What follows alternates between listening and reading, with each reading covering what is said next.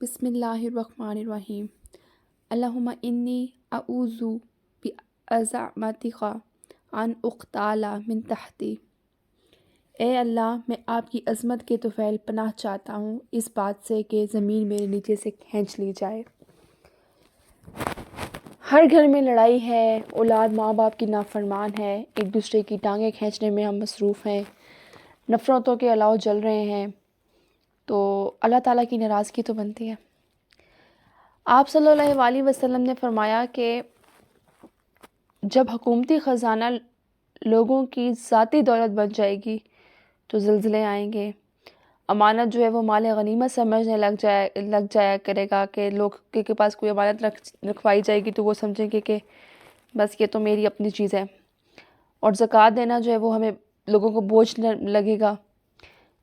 ماں باپ کی نافرمانی ہوگی، مسجدوں میں آوازیں بلند ہو جائیں گی، مطلب مسجد کے تقدس کا خیال نہیں رکھا جائے گا، قبیلے کا سردار فاسق ہوگا، گنڈے جو ہیں وہ سردار بن جائیں گے، لوگوں کی عزت جو ہے ان کی شر سے بچنے کے لیے کی جائے گی، اور گانے والیاں بجانے والیاں عام ہو جائیں گی، شرابیں جو ہیں وہ عام ہو جائیں گی، اور اس امت کے جو آخری لوگ ہیں وہ پرانے بزرگوں پر لعنتیں ڈالیں گے۔ تو جب یہ کیفیتیں ہو جائیں گی تو پھر زلزلوں کا انتظار کرو، پھر سرخ آندیاں چلیں گی، پھر زمین میں لوگ دھنس جائیں گے۔ ایک بہت بڑا پہاڑ ہے جو اللہ تعالیٰ نے اس کو پیدا کیا، اس کا نام ہے کوہ کاف۔ وہ تمام زمین پر محیط ہے، وہ اتنا بڑا ہے کہ اس کی جڑوں کے ریشے ساری زمین کو گھیرے ہوئے ہیں۔ تو ذکریہ القضئی نے عجائب المخلوقات ایک کتاب انہوں نے لکھی تھی، اس میں انہوں نے لکھا ہے کہ خدا نے آسمان کو تھام رکھا ہے کہ وہ زمین پہ نہ گر پڑے، اور اسی طرح اس نے زمین کو اپنی جگہ پہ رکھنے کے لیے اس کے اوپر پہاڑ بنائے، اور سب سے جو بڑا پہاڑ ہے وہ کوہ کاف ہے۔ تو جب اللہ تعالیٰ ارادہ کرتا ہے کسی جگہ پہ زلزلہ آئے تو اللہ تعالیٰ کوہ کاف کو حکم دیتے ہیں کہ وہ اپنے ریشے کو جنبش دے، ہلائے، تو وہیں پہ صرف زلزلہ آتا ہے جس جگہ سے کوہ کاف کا ریشہ ہلتا ہے۔ جس طرح اللہ تعالیٰ کے حکم سے اس کے ریشے جو ہیں وہ پوری زمین پہ پھیلے ہوئے ہیں، کہیں اوپر ظاہر ہیں، جیسے برگد کا درخت ہے اس کی جڑیں نیچے بھی ہوتی ہیں اور اوپر بھی ہوتی ہیں، اور جہاں اس کے ریشے ابھرے ہوئے ہیں وہاں پہ پہاڑ بن جاتے ہیں، اور کہیں زمین کی سطح پہ آ کے رک جاتے ہیں، اور یہ سمندر کے اندر بھی موجود ہیں۔ جس طرح سونامی آتا ہے تو اللہ تعالیٰ حکم دیتا ہے کہ اس جگہ پہ اپنے ریشے کو جنبش دو، تو وہاں پہ زلزلہ آ جاتا ہے۔ اب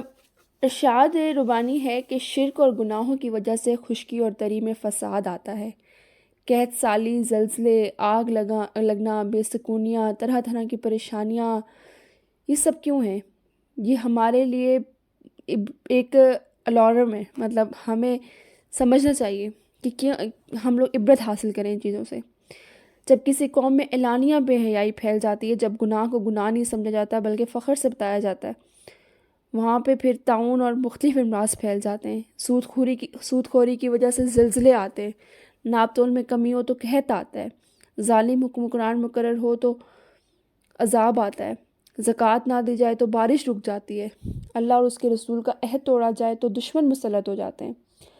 لوگوں کے مالوں پر جبری قبضہ کرنے کی وجہ سے قتل و غارت ہوتی ہے۔ جو حضرت سیدنا فاروق اعظم رحمۃ اللہ فرماتے ہیں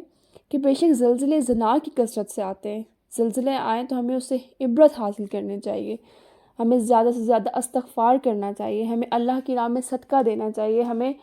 2 رکعت زیادہ سے زیادہ کم سے کم 2 رکعت جو ہیں وہ توبہ کے پڑھنے چاہیے۔ اب زلزلہ آئے تو ہم وقتی طور پہ تو ہم بڑے ڈر جاتے ہیں، لیکن ہم اس سے عبرت نہیں حاصل کرتے۔ دیکھیے قرآن پاک میں آیا ہے کہ ایک زلزلہ ایسا آئے گا کہ جب وہ آئے گا تو کوئی بھی نہیں بچ پائے گا،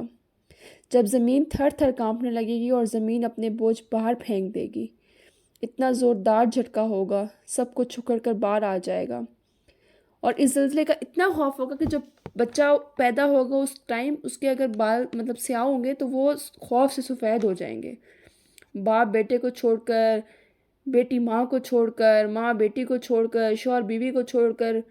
سب بھاگ رہے ہوں گے، افراتفری ہو گئی، کوئی کسی کا پرسان حال نہیں ہوگا، پہاڑ اتنے زور سے ٹکرائیں گے کہ ریزہ ریزہ ہو جائیں گے،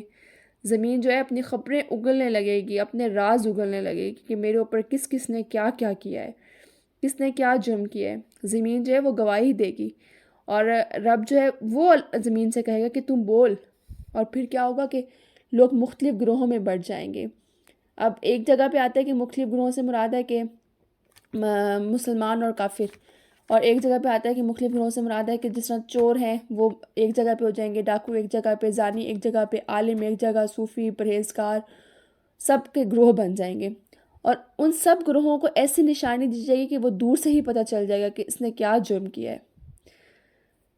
اب یہ بات تو طے شدہ ہے، یہ اس سے تو ہم نہیں ہٹ سکتے، یہ قرآن پاک میں ہے، تو یہ تو کوئی من گھڑت بات نہیں ہے، یہ تو طے شدہ ہے۔ اب یہ زلزلے جو آتے ہیں نا، جو چھوٹے موٹے زلزلے آتے ہیں، یہ ہمیں اس جھٹکے کی یاد دلاتے ہیں جس کے بارے میں قرآن میں آیا ہے۔ اب یہ زلزلے جو ہیں، یہ جھٹکے ہمارے لیے باعث عبرت ہیں اور ہمارے لیے سنبھلنے کے مواقع ہیں۔ ہمیں اللہ سے سچی توبہ کرنی چاہیے کہ یا اللہ ہم تجھ سے توبہ کرتے ہیں، ہم تجھ سے معافی مانگتے ہیں، ہمیں بچائے ان آفتوں سے، اور ہم سچے دل سے توبہ کریں۔ اللہ تعالیٰ ہم سب کو ناگہانی آفات سے بچا کے رکھے، اللہ تعالیٰ ہم سب کو زلزلوں سے، سیلابوں سے، قحط سے، ان سب چیزوں سے بچا کے رکھے۔ اللہ تعالیٰ ہمیں ہر طرح کی پریشانیوں سے بچائے۔ جزاک اللہ خیر کثیرا۔